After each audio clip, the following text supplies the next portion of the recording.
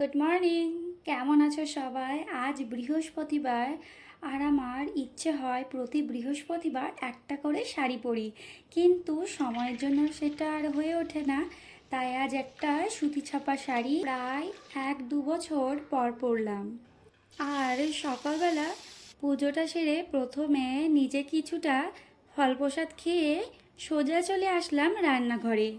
আজকের জলখাবারের মেনুটা হচ্ছে সাবুদানার খিচুড়ি, তবে আজ একটু আলাদা করে বানাবো। তার জন্য কড়াইয়ে প্রথমে 2 চামচ সাদা তেল গরম করে তাতে জিরে, সর্ষে, উড়দ ডাল, 2 কাঁচা লঙ্কা আর কিছুটা কারি পাত্তা দিয়ে একটু নাড়াচাড়া করে একটা টমেটো কুচি আর তাতে অল্প লবণ ও হলুদ দিয়ে দিয়েছিলাম একটা সেদ্ধ করে রাখা আলুর টুকরো আর আগে থেকে ভিজিয়ে রাখা সাবুদানাগুলো।